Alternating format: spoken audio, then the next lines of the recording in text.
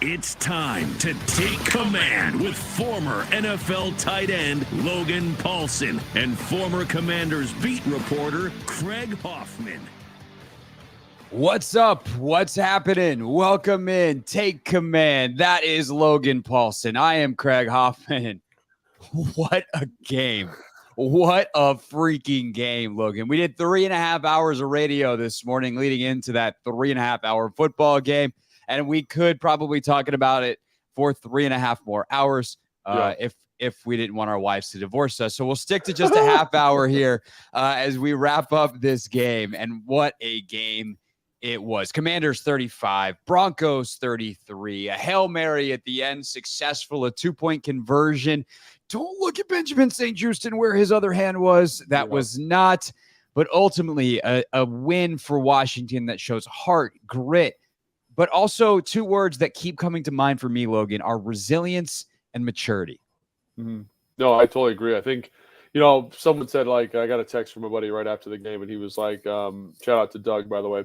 But he was like, what's up, Doug? yeah, and he was like, I don't know how to feel about this. And, I don't know, he's like, I feel like a better team would exploit some of the weaknesses and blah, blah, blah. And I totally get where he's coming from with that. But I'm also like the resilience and the maturity of this team. Like those two words you just said have been like in my brain since the Logan Thomas touchdown. Like that is something that doesn't happen to this team in years past. They don't have that resiliency. They don't have that maturity. They don't have the courage to kind of go out and battle for four quarters, even though everything's kind of tilted against them. I don't know if that's coaching. I don't know what that is. I definitely think coaching, EB's presence has definitely played a huge role in that. The conditioning also, I think, is a huge factor.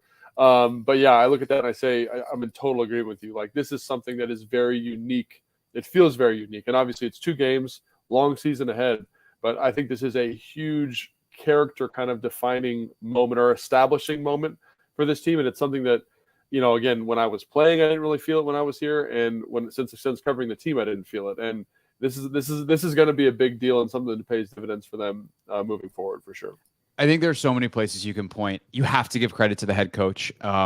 There's other things about this game that specifically the decision to, as he is poking over your left shoulder there, not address the long snapping situation. Oh, yeah, before that, there's nothing to sweat about if there's an extra field goal on the board. Yeah. I think there's a coaching decision in the middle of that second half where he decides to try the 59-yarder instead of punting. I don't like either of those decisions. But when it comes to the character of the team, it obviously starts with the head coach. It then goes to Eric Bieniemy for sure. His impact on this team is massive. The leadership of guys. Yeah, Jack as well. I think that his steady demeanor, like I can imagine Del Rio after they're down 21-3, just going to his guys and going, long football game, boys. Been around this thing a long time. And so, yeah, absolutely with Del Rio. I think the leadership of Allen and McLaurin, obviously like the character and the kind of the demeanor of those two men, certainly. But I also think that Sam Howell has a lot to do with this. And not just because he is the quarterback, like doing the physical quarterbacking, but he is so steady. And there's, I think, a lot of great stuff from him in this game. I think there's a lot of the stuff where you're like, dude, you got to start like that's. I don't want to say you want to start cleaning up. It's his 3rd career start. Let me self-edit there.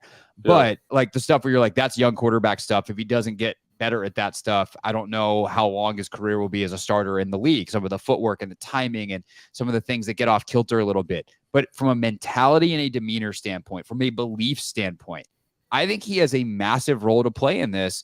And I don't think that's overstating it, even though he is just a 3-game starter now in the NFL. Yeah, I was talking to B-Mitch about this on the postgame show. And it's like when you've got that quarterback who's just like the leader of the group, I felt like this with a little bit with like Matt Ryan, a little bit with Deshaun Watson. Like there's like this calm composure. Like the world it seems like the world could be on fire for those guys. And they are just like, you look to them and like, oh, he's good. Like, we're good. You know what I'm saying? And I think Sam has a little bit of that, like you hear it in his press conferences, you hear it kind of the way guys talk about him on the field. Like you see it in his demeanor. Like I never really felt like the body language got bad. He just was like, we're out here, we're going to just keep chopping wood. And I think there's a lot of value to that. And I think there's that's special. That's a special person to do that. And again, it's not just him. It's not just the coaches. It's everything. And, I just think like that Jamin Davis forced fumble, like how many times have we seen someone make a play and then nothing happens off of it. Nothing happens because of it. And then they go down, and then Logan Thomas makes maybe the catch of the year, like unconscious holding onto the football. And like they do something with it. They get the 2-point conversion. They did everything that they set out to do. And all of a sudden, it's not just the fumble. It's not just the catch. It's not just the 2-point conversion. It's all those things coming together and a belief in the offense. And then it creates a belief in the defense. It creates an energy and a momentum. And I know PFF and all these analytic nerds, like they get freaked out about the word momentum because it's not a quantifiable thing. Yeah. In this game, like you see it. You see what's going on there. And like, having played and been in those situations, like you feel like you're in a dark pit when it's 21-3, and you're like, there's nothing we can do to get out of it. And then slowly the light starts to creep in, and you're like, okay, there's a light at the end of the tunnel. Maybe we can get out of here. And then again, you can't quantify it, you can't talk about it, but you get those 3 plays in succession, in terms of sequence of the game, right, in conjunction with the leadership. I'm just telling you, from having been in those situations a lot as a player, and it's incredibly challenging to see that turn the way it did. And it just, again, it speaks to something. I don't know what it is. And if I did know what it was, I'd be making a ton of money coaching. But, there is something there that is very special. Without question. And like, I laugh because, we both love PFF and the numbers and the data. And it's incredibly valuable as a resource. But if you think momentum isn't real, you've never played sports. And if you think like being in the zone isn't real, you've never played sports. If I can get in the zone a couple of times in my life, shooting threes in a pickup game, I can't imagine what it feels like to be Steph Curry when the basket feels like the Pacific Ocean. Right. So like, that stuff is real. And it's, it is a combination. Like eventually maybe some other nerds will be able to quantify it in terms of, the emotional, like mix of adrenaline and nerves. And I don't know, there's probably like some hormonal stuff that happens. Like the inner chemistry of the human body is pretty freaking wild. That's for a different podcast. But like, there's no doubt that stuff in some form or fashion combines into being in the zone and self-belief and like that ability to perform at a higher level. A couple of other things that you hit on there, and then I want to kind of wrap up on Howell. Kareem Jackson can get suspended for a game, at least in my book. That hit on Logan Thomas is so dirty, and he's now done it 2 weeks in a row. Oh, did you do it last week as well? Yeah, he was flagged for, I think he's the one who knocked out Jacoby Myers last week. Late in that game. And so, like if you are going to play, football is a violent game. It's a collision sport, not a contact sport. That's all fine. But there is a respect of humanity and people's health and well-being that I think you should just like is part of being a pro. And if you're going to play like that, you don't belong in the pros. You're not a pro.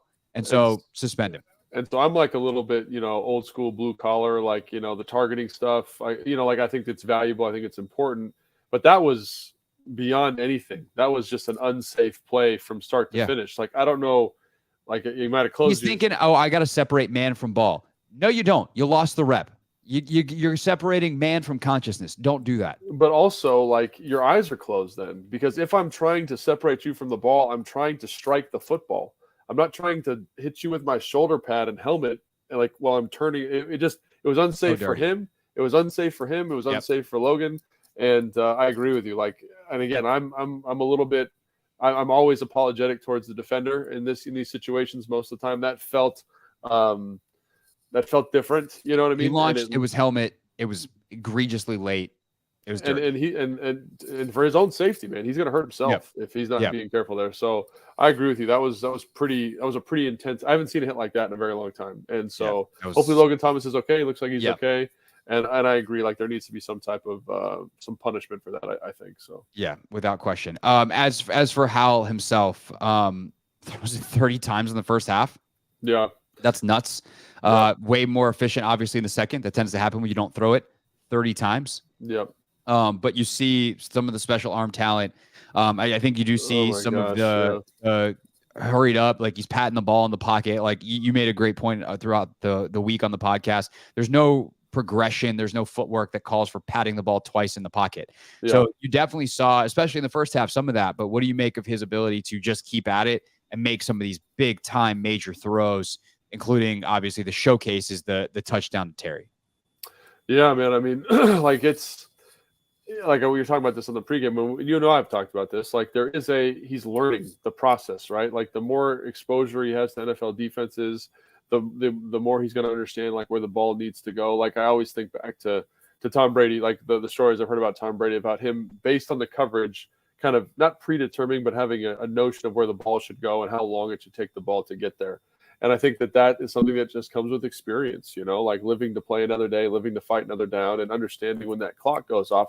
Like it gives me anxiety as a guy who was a former pass protector and as a guy who coaches offensive line, to see him back there and know the ball needs to be out and be feeling it. And and like the seconds ticking by, it's not actual seconds, but like the 1.5 seconds extra that he's in there. I'm just like, that needs to be expedited a little bit, and I think some of that's play calling. I think some of it also comes off of, I think EB is in this state where he's thinking a lot about Kansas City. And I think it's not a coincidence that the offense gets a little bit more effective when you're running the football.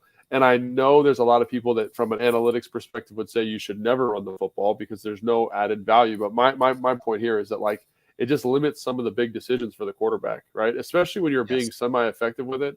You're just limiting the quarterback's decision-making processes, right? Like we watched that Atlanta game today with Desmond Ridder, and like he doesn't have to throw the ball a whole bunch, And so when he does, and he can kind of put himself out there and be leveraged and make those nice throws, it's because he's kind of built up a stability in the offense that comes from running the football. And I think you saw that a little bit in the second half, not entirely, but a little bit in the second half. You saw the screen game come alive. Again, they are not pushing the ball down the field. They're getting the ball out of his hand. They're running the football better. They find easy throws. And then when it's time, and Sam knows we're calling this drop back pass, I can pat the ball twice.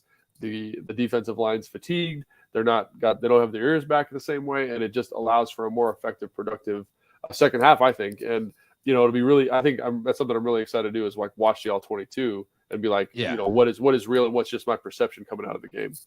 What anyone who says that you should never run the football is the math says don't. Well, you know what I'm saying? It doesn't though. Like that's the thing is like the results say that because the EPA and the yards per play and any number you look at is better on pass plays than run plays, but it takes away the impact that running the football has on passing the football. Like there's a schematic impact that you have when you have to respect the run that opens up larger windows. And it also goes to the fact that if you tell me to succeed in my task, I have to make 45 correct decisions and any one that's incorrect could totally change my fortunes, or I have to make 25. Give me the task that's 25. And that's exactly what you're talking about, because the dramatic change of an interception or a sack fumble like we saw last week, like those are massive plays that typically don't come in the run game. Even if you turn it over in the run game, it's like scored on the pile and everybody falls on it and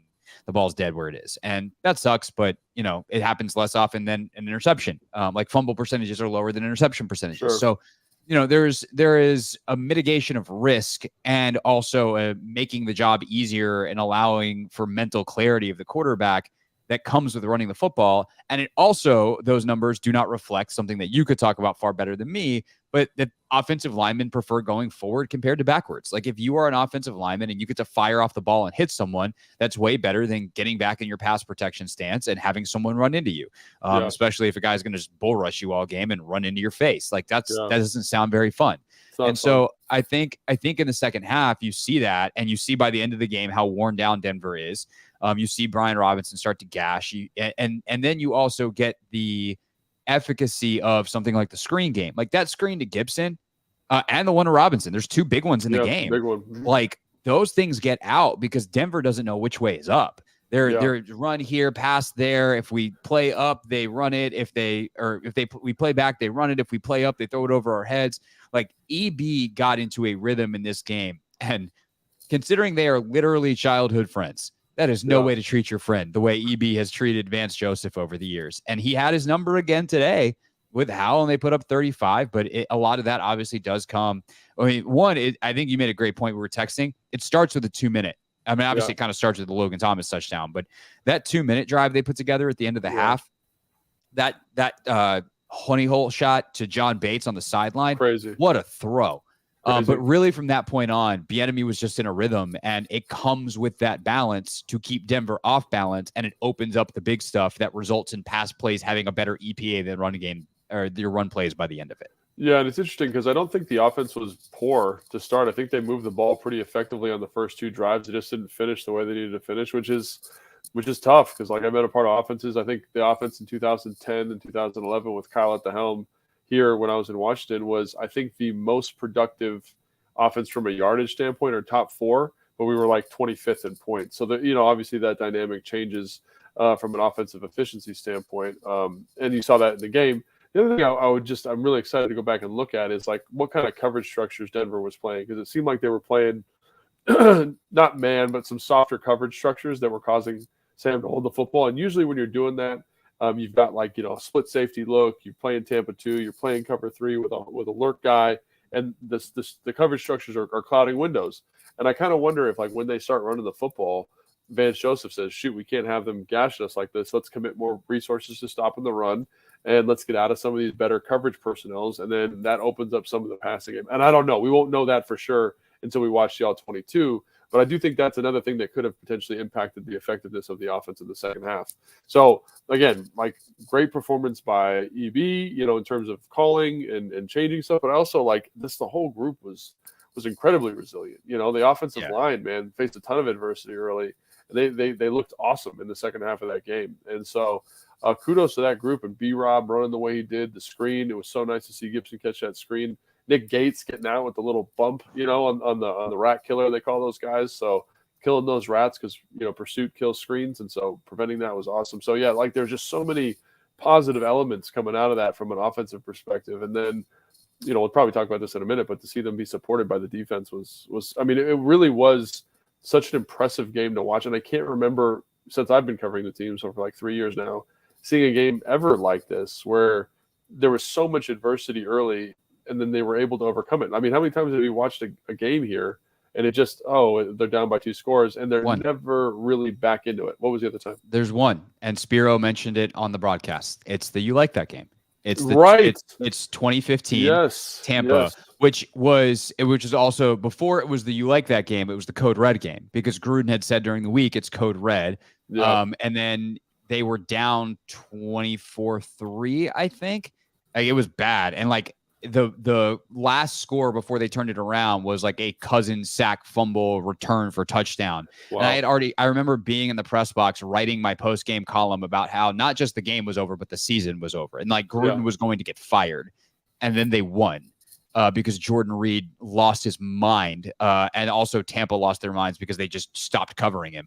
That's the only time. I mean, that's the last time they came back from this kind of deficit, as my guy Spirodita said on the CBS broadcast. And that's it. Like, other than that, you're right. And it was funny. I got a text from one of my buddies during the game, and he was like, "Oh, is Logan going to tell us the offensive line played well in this one too?" And this was later in the game. And I was like, "Are you watching the second half?" Like, they turned it on, and that's what you like to see, the growth during a game, the ability to adapt and adjust during a game. Obviously, they'd like faster starts. That would be great. Yeah, I'm sure they would. But I think you said that well, of, like, they actually moved the ball pretty well early. They didn't finish. Then they figured out how to finish, and you keep grinding. And, last week, my big takeaway is, hey, 60-minute football game. And in many ways, in very different aspects, that was the takeaway from this week as well. And as for wanting to watch all this stuff on tape, that's why you listen to the Midweek Pod, the film review podcast, out Wednesday mornings wherever you subscribe. All right, let's talk about the defense in the final 6 minutes and change that we have here. I guess we have a little bit longer because we had a 5-minute countdown at the start of this. We're going to do a 30-minute countdown. That means we have 11 minutes left of talking. That meme with the numbers flying by. Yeah, that's especially, bro. You've been talking about this game since for hours at this point. Yeah. All right. So the defense starts off. They should have listened to the Take Command pregame show. Yeah. What I say my key to the game was no explosive plays. And so that's something. Let me just say that real quick. I love, as an analyst, I love when someone says, like, "Oh, they need to limit explosive plays. They need to protect the football," or whatever, like the generic thing is. The question that I always wonder is, how are they going to do that? That is always my thing. Wondered too the first quarter and a half. Yeah. So, but yeah, I think, did you listen to Ron's postgame by any chance? I'm not sure. I did not get a chance to listen to that. Yeah. So we just listened to it on the show. And one of the things that came out of it was like, man, we had too many coverage busts early. and too many people not being where they're supposed to be. And I think that is, again, one of the brilliant elements of Sean Payton's offense is they know what they're doing in terms of cultivating play action shots. They got the one to Mims off of a double cornerback pressure. And again, you're getting guys in coverage there with different responsibilities and different allocation of coverage resources. So I think it's perfectly understandable that you bust that kind of unusual pressure look.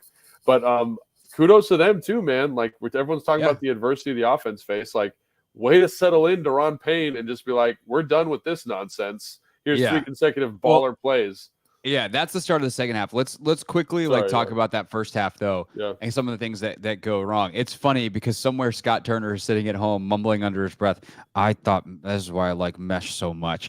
They get mesh on that touchdown play and those crossers and like there's a reason. Like we can make fun of it now, but like mesh is a great concept. You just can't run it every third down. Correct. And you have to scheme it up different ways, but they did a really good job of using that and getting the crossers and putting Cody Barton and Jamin Davis in conflict and making them talk to Kendall Fuller and whoever else is out there. And, when that stuff's happening fast, and it feels like Denver discovered what speed was between weeks 1 and 2 offensively. Crazy. But they just had a bunch of fast dudes running horizontally across the field and said, see if you can keep up. And the Commanders couldn't for a while. And the way that they settled in on the back end, like we'll get to the front end in a second, but the way they settled in on the back end and started to shut some of that stuff down, then obviously they clean up the big plays, the over the top stuff. Yeah. That's enormous in the way that plays out. No, 100%. And again, I missed some of that. I had to listen to it in the car while I was driving from our show to the show that I do after the game. But I do think, like in terms of reviewing some of the film and some of the stuff that's on Twitter, like you just got punched in the face and then you couldn't quite settle in. And they had a really good game plan. Sean Payton did. And again, like you're talking about, it was a little bit different than maybe they expected, and they weren't quite ready for what they presented.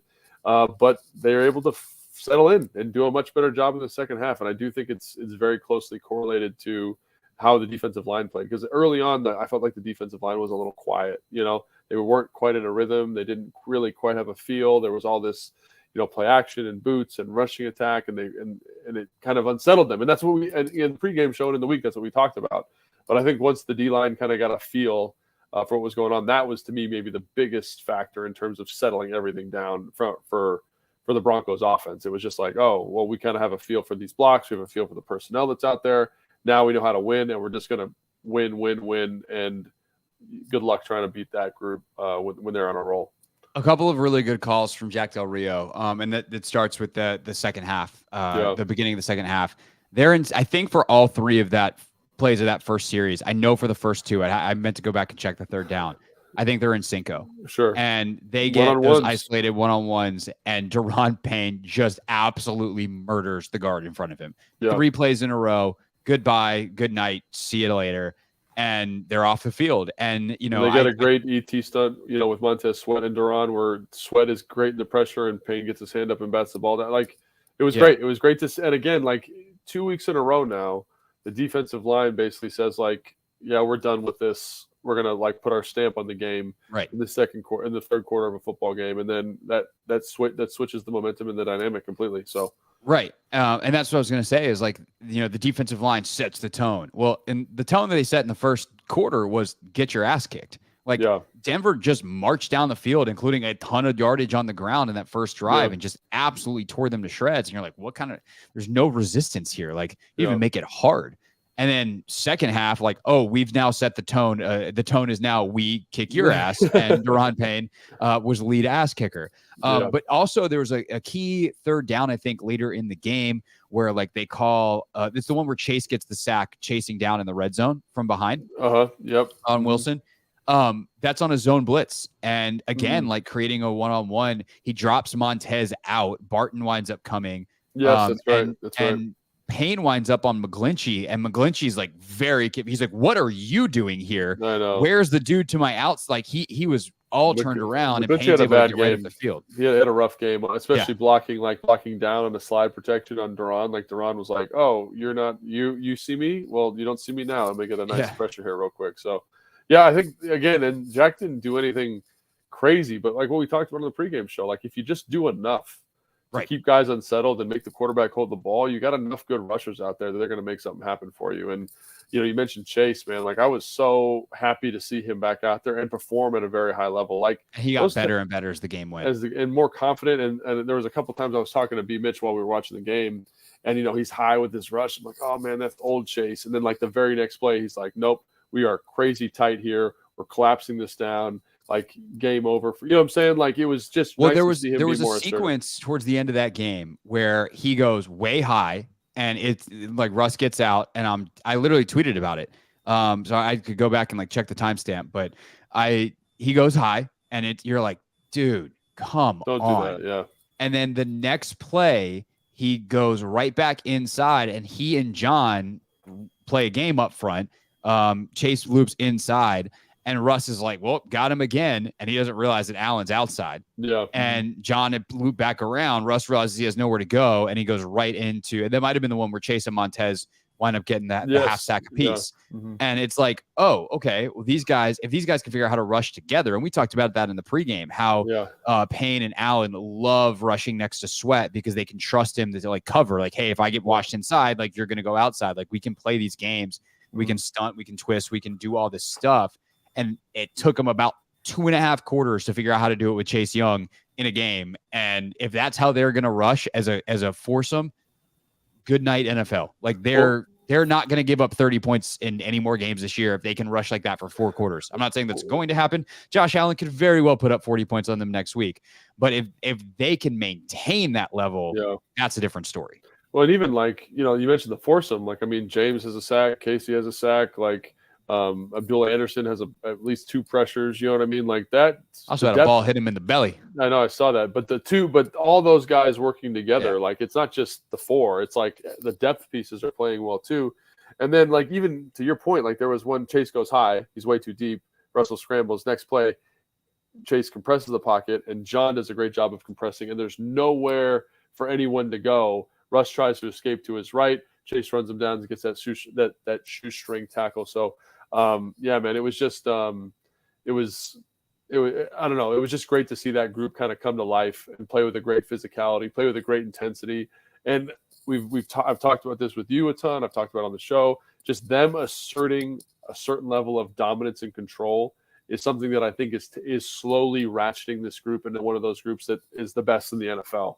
And I'm not saying that lightly. Like, the more they can do this, the more they can put their stamp on a game and say, like, and it's not just production. It's the situations in which that production comes is so, so critical. So I'm really excited for Chase. Obviously, Montez, I think he gets another sack and a half. Is that true today? Montez second half. So that's 3 for the year, which is 3 awesome in 2 for games, him. yeah. And then Duron being a beast, then John being John. Like, it's awesome to see that. So good for that group. And I'm really excited. Like, there's a couple things you come out of this game like extremely excited about. The defensive line is one, and I think the poise and composure of the team is the other, and Sam Howell's poise and composure specifically. So lots of cool things in this game. For sure. All right. We have to do it at the end. What are we doing? No, I'm not even gonna do the long snapper rant. We've done the long snapper rant. Everyone gets the long snapper rant. No, we have to talk about is the Hail Mary. The Hail Mary. What about it? What are we doing? Do we have to heart attack it? Can we not? I guess we do have to. I knew it was going to be a heart attack when they completed the out route to Sutton. Which, was that even complete? When I looked at it, again, it's in slow-mo. I was like, I think it was his right foot. Was it down? It never gets down. And when it goes down out of bounds. And it was inside. And Gene Steratore was like, he dragged his toe. I was like, no, he didn't. Yeah, I was a little bit like, I don't listen to it with the sound because I just like to watch, but I was like, that looks like it's not down.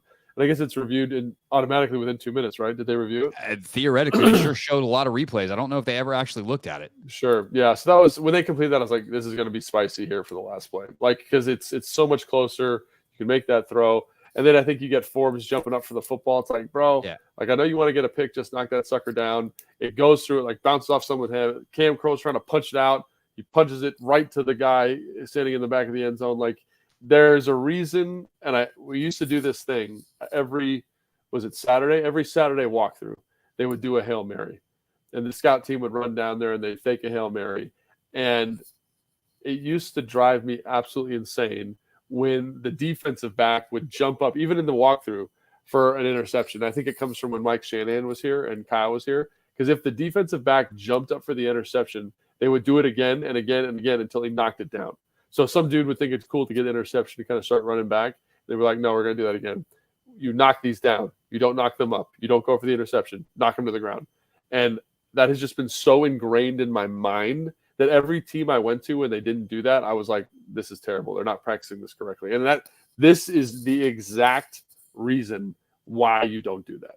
Why you don't go for the pick, why you don't tip it up. Knock that puppy down, man. The game is over. Knock it down. And so, again, that kind of speaks to some weird primal, rookie through year 5 coaching that just was indoctrinated in me, but knock the ball down. The key word is down. Knock the ball down. Because I was always like, why did you hit it? Just catch it. Then they can't catch it if you catch it. But then you see why, because the ball goes right through a dude's hands or it gets knocked out and it starts batting on. If you knock it down to the ground, the game is over. Have you ever been in? I don't know if you've ever done that before. I've been in a couple of those where you're jumping up for the football, and everyone says, "Oh, dude, just jump up and catch it. It's going to be so easy." That thing is like a big mosh pit, and so you have no control over really where your body's going. So the idea that you can just jump up and catch it is kind of insane. Every once in a while, you see it happen, but before the new PI rules, it used to be really aggressive at actively pushing you out of the way. And so again, just when the opportunity's there, knock the sucker down. And Jay-Z, throw up the rock sign where there's not enough room for the ball to go in between your hands and swat it down. I tried to do, I was very unathletic looking because I was trying to keep it within the frame of the camera, but just get it. Dunk it down. Volleyball spiked that thing to the ground. So obviously doesn't end up hurting you totally, even though maybe a little close there on the last play. Benjamin St. Just he can do his celebration, but he got away with PI. Bad one. But hey, if they never should have had that in the first place, then because the Sutton catch wasn't a catch, then I don't feel bad about it. So the ball never lies, right? Yeah, ball never lies. And also, if there hadn't been a bad snap on the first field goal, none of it would have mattered. Okay, I did the long snapper thing. All right. That is our podcast for tonight, this evening. The live stream as we wrap at 9:47 p.m. That is Logan. He's going to go watch a bunch of tape over the next couple of days. I'm Craig. I'm going to watch as much as I can. And then we're going to reconvene on Tuesday morning. And by Tuesday afternoon, the full long pod tape breakdown extravaganza of this game will be out on YouTube and it'll be in your audio feeds on Spotify, Apple Podcasts, and the free Odyssey app first thing Wednesday morning. We'll then preview the Buffalo game later in the week, so make sure you're subscribed on your favorite podcast platform. Until then, Logan, good to see you. Many hours talking football. Apparently, we've reached the end of my ability to speak. I'm going to recover, and I'll see y'all on the radio tomorrow from 4 to 7. We get started right at 4 with our first segment, 10 observations. So don't be late on the Team 980. Until then, thanks for listening. Thanks for watching, and we'll see you later in the week for the tape breakdown.